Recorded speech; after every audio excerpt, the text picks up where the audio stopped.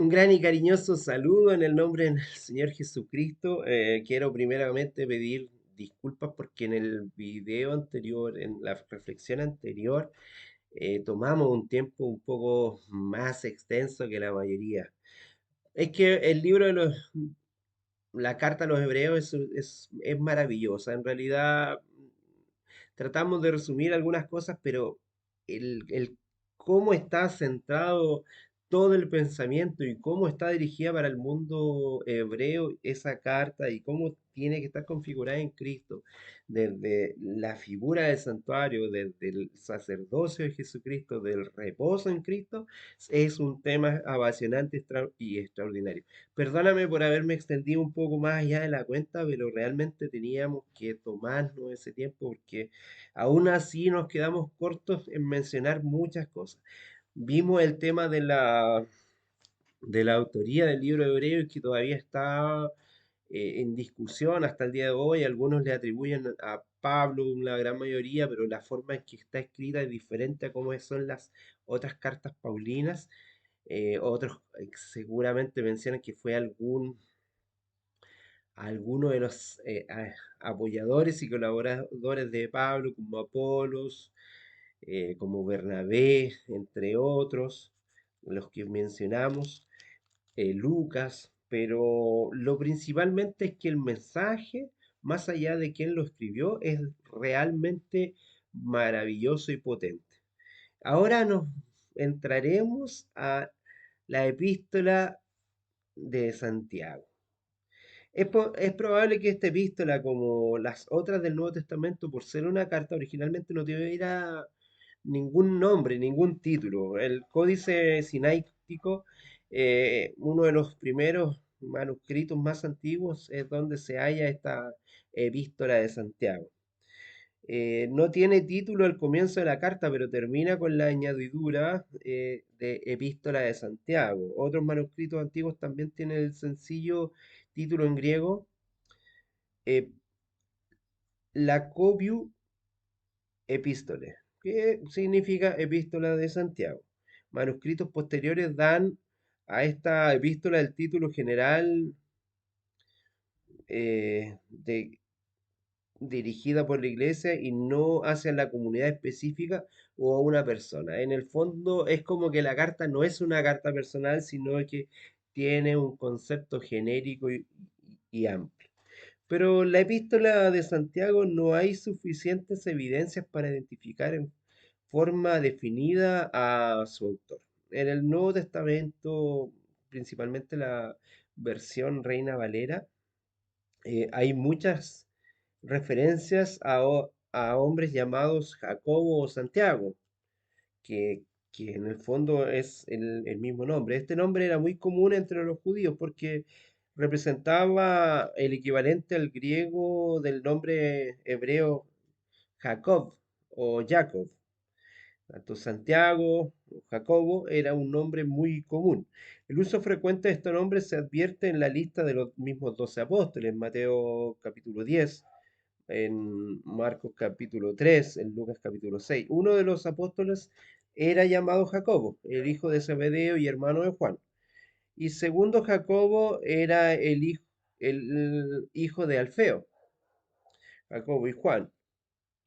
Otro personaje bíblico llamado Jacobo era el padre de uno de los 12 apóstoles, que es identificado como Judas, el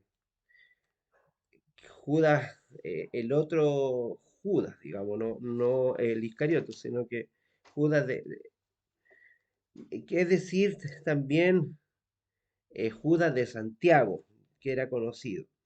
Y también el hermano de Jesús también era llamado Santiago o Jacobo. O sea, vemos muchas referencias de este nombre. Es razonable suponer que el autor de esta epístola de Santiago es una persona cuyo nombre aparece en el registro de las Escrituras y no otro Jacobo, no otro Santiago, que es completamente distinto a los que eran conocidos.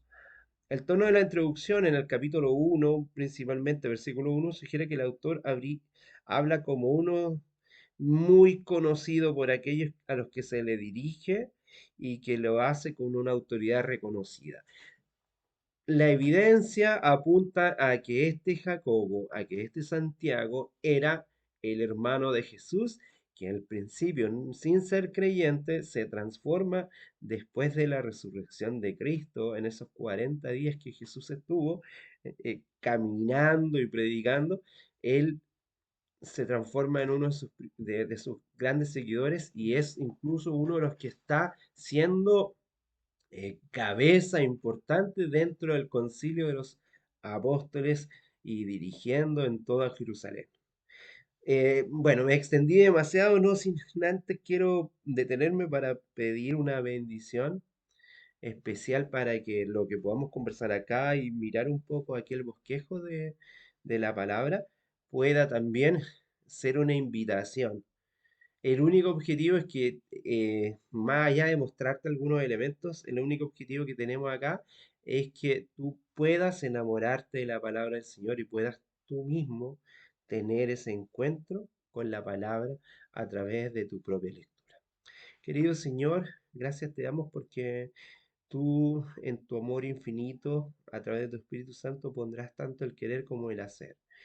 Estos videos solamente buscan el deseo de animar a aquellos que quizás no han tenido la oportunidad de estudiar la Biblia, pero en segundo lugar animar a aquellos que quizás lo han hecho por más de una oportunidad, que quizás han leído pasajes aislados, versículos aislados o partes de la Biblia que han motivado, pero en este proyecto de Lee tu Biblia tiene el objetivo de que podamos buscarte a ti, escuchar tu voz, escuchar la voz del Espíritu Santo para encontrar el testimonio de Jesucristo.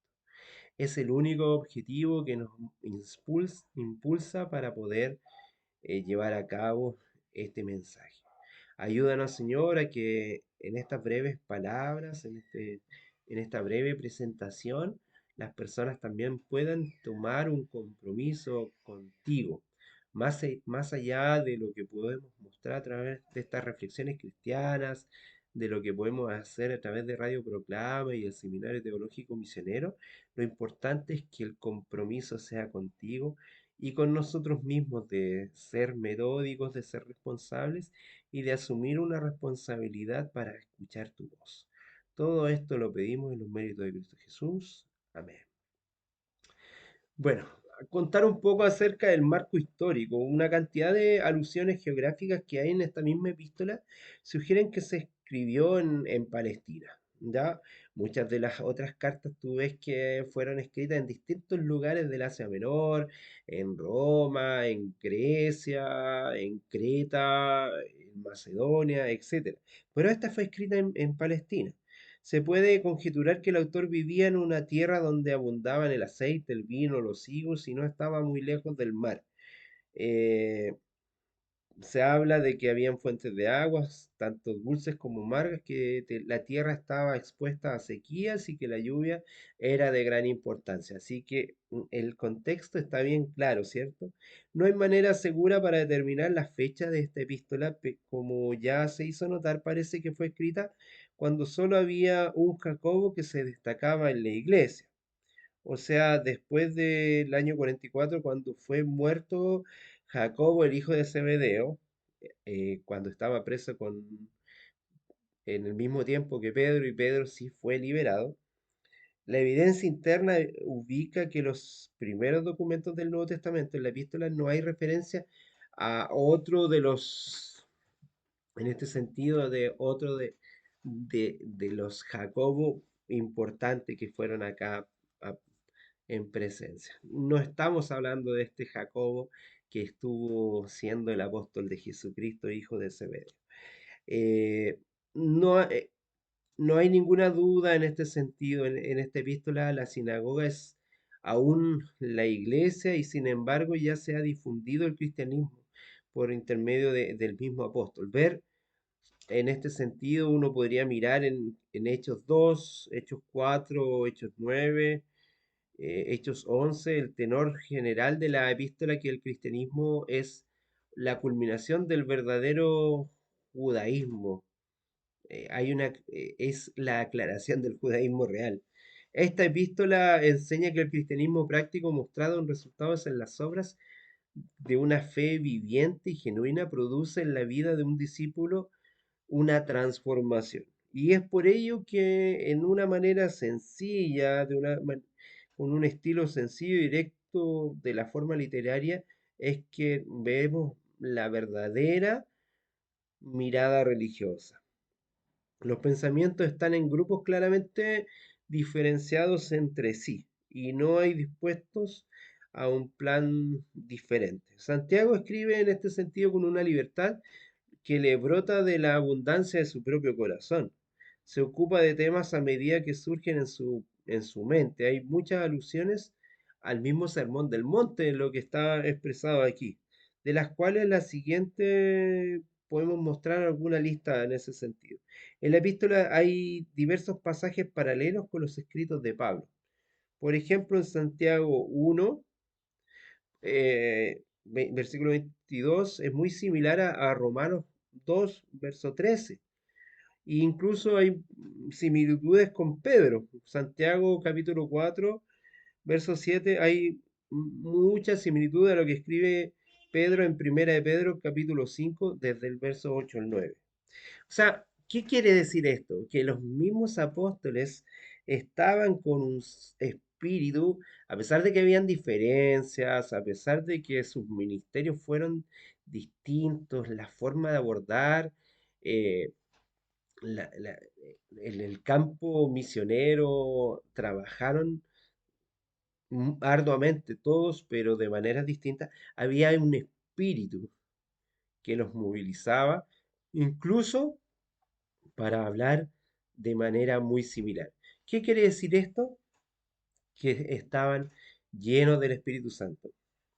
Santiago, al igual que Pedro y Pablo, estaban llenos del Espíritu Santo.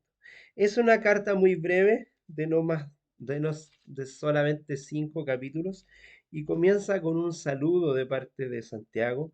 Dice: Jacobo, siervo de Dios y del Señor Jesucristo y de las 12 tribus que están esparcidas, salud. Y de ahí comienza a hablar. Lo primero que habla es sobre la tentación. De entre los versículos 2 al 8, ese es la primera temática, y luego cómo soportar las aflicciones eh, terrenales que están expresadas hasta el verso 18. Luego, en el mismo capítulo 1, desde el 19 al 27, hay evidencias de cómo se presenta la verdadera religión. Temas importantes como es mejor oír que hablar, no solo oír las escrituras, sino que hacer. Es algo que los cristianos muchas veces repetimos, pero no siempre lo llevamos a cabo. Dice: porque si alguno es oidor de la palabra y no hacedor, este es semejante al hombre que considera en un espejo su rostro natural. Mira qué interesante lo que nos presenta Santiago. Luego vienen ciertas advertencias contra los peligros comunes en la iglesia cristiana primitiva. Y esto está expresado del capítulo 2 al 5, con uno de los temas más importantes contra una simple profesión de fe, como pueden ser los cristianos de hoy, que solamente dicen profesar una fe, pero no se ve esto en la vida. Un poco antes de esto está tomando el tema de la acepción de las personas, contra la acepción de las personas, cómo a veces tenemos distintas formas para tratar a los que son distintos, a los que están en mejores posiciones o a los que son de un país u otro. Y uno de los temas que Santiago toma es el tema de la lengua. Contra los pecados de la lengua se mete en ese tema de una manera muy importante. Como un órgano tan simple del cuerpo puede ser más dañino que cualquier cosa. Y finalmente, desde el capítulo 5 en adelante, hasta el verso 20 del capítulo 5, comienza a despedirse a través de algunos saludos finales. No quiero entregarte más porque termino abordando mucho y entregándote muchos temas, y la idea es que tú puedas orar. La oras, puedas conocer este mensaje Y hay un tema desde el verso 14 hasta el 18 que te lo quiero mencionar, que es la oración es eficaz para ayudar a los enfermos. Con este mensaje, y no quiero que llevar más allá, puedas tú apasionarte así como Santiago se transformó en un apasionado por Jesucristo. Que el Señor te bendiga grandemente. Gracia y paz.